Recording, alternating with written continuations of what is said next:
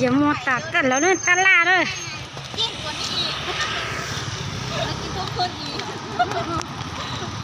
ตัวใจแล้วอย่างตลาดมือสองเลยจะเป็นไทยตัวนี้จะเป็นไทยข้างในนู่นแต่ป้านอนเลยน่าเจนเจเช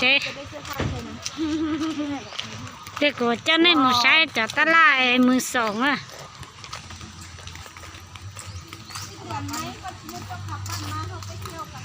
ตัวนั้นเฮ้ตลาดมือสองตลาดกันเจอมือสองชิ้นป่ากงป่าแล้วมัวตาที่เกิดเจ้าในมือใช้เราสะเขาใช้เป็นมือสัตว์ตัว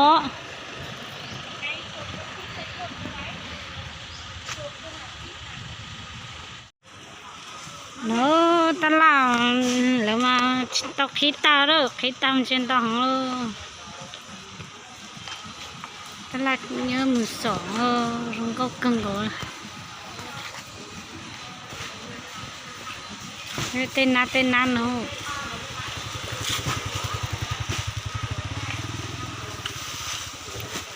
โลนี่เจออินนั่นเนาะตัวจมป่า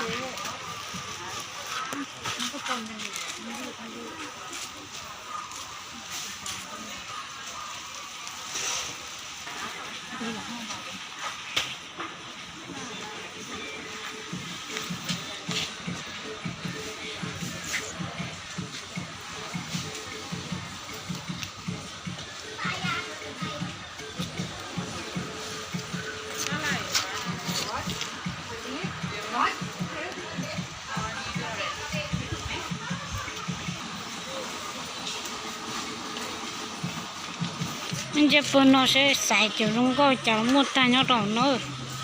ถึงเชื่อแต่รู้รู้หนึ่งก็บาทซื้อเอาบิกินี่เนาะตลาดนั้นเราก็สิเลยตอกขี้เนาะ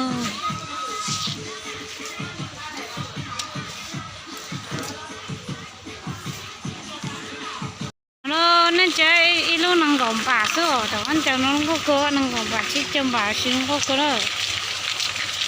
จะในตัวใช้ตลาดมือสอง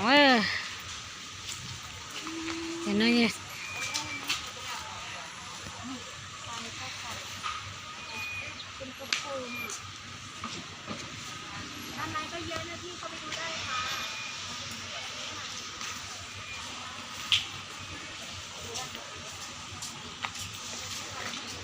ลากอุ่นตอกก็เสียเลยจิตตอกคิดตา